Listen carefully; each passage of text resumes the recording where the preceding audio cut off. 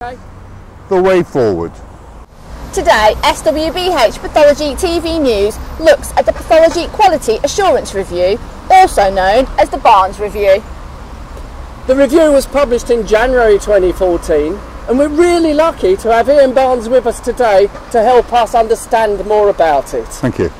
Ian, how big is pathology in the UK? Pathology is big. There are something like 33,000 usually highly qualified staff, maybe 150 pathology organisations, and we do something like 1 billion tests a year across all the disciplines.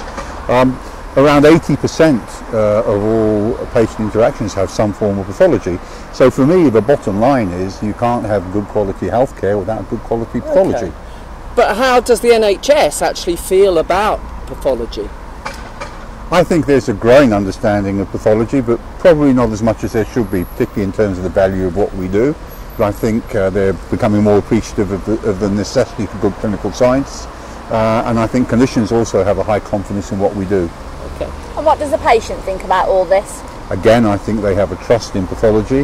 I think the problem with pathology, of course, is that it's often a hidden discipline, but I think that's going to change because patients are going to be accessing their own notes next year, and a lot of that data is pathology, and I think they're going to be taking a bigger interest in pathology in the future. We've both been reading Pathology Quality Assurance Review, the Barnes Review. I found on the whole it was good. I was disappointed it didn't have an executive summary, Okay.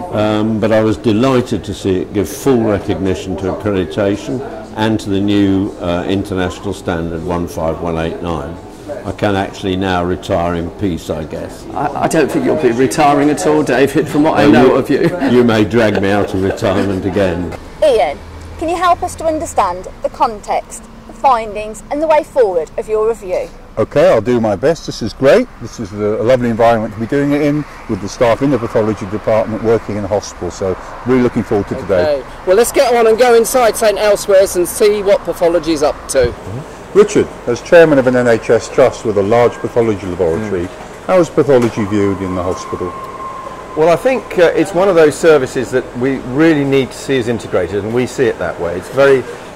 We think it's very integrated in the wider services because of this key skill interface between clinicians, pathologists. That's a really important issue, and a lot of the patient interactions, I think it's something like 80%.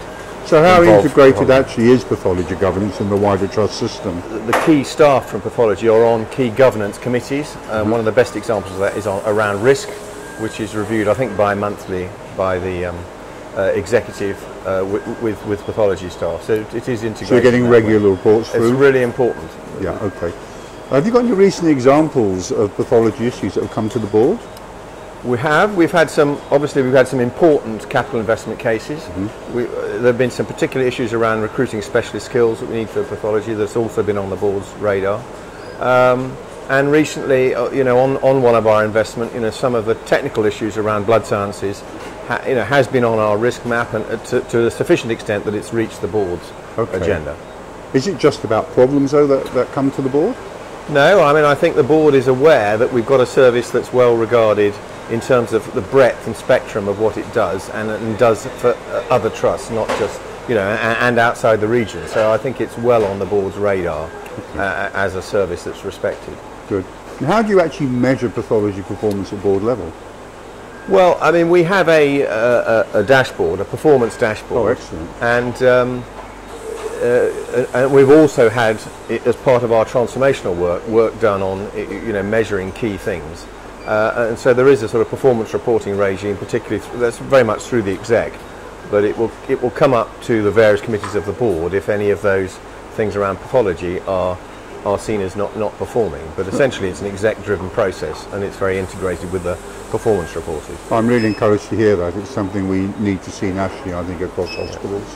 How can we determine in reality that the trust board has got an ideal relationship with the laboratory with regard to quality of the service?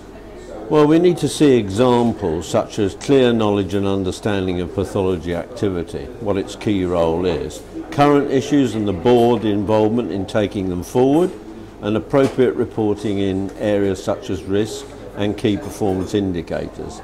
These, of course, are increasingly being presented in a dashboard style. So, and I think you were going to allow me one question. I'm sorry, yeah.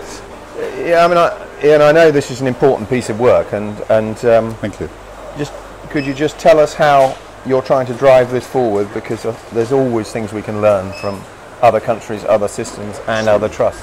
Well, we have looked at other systems, and clearly each one has got a unique approach.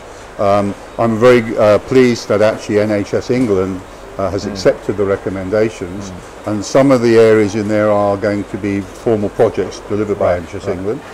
They've established an oversight board which is being chaired by Samuel Gray, which will set up a national dashboard.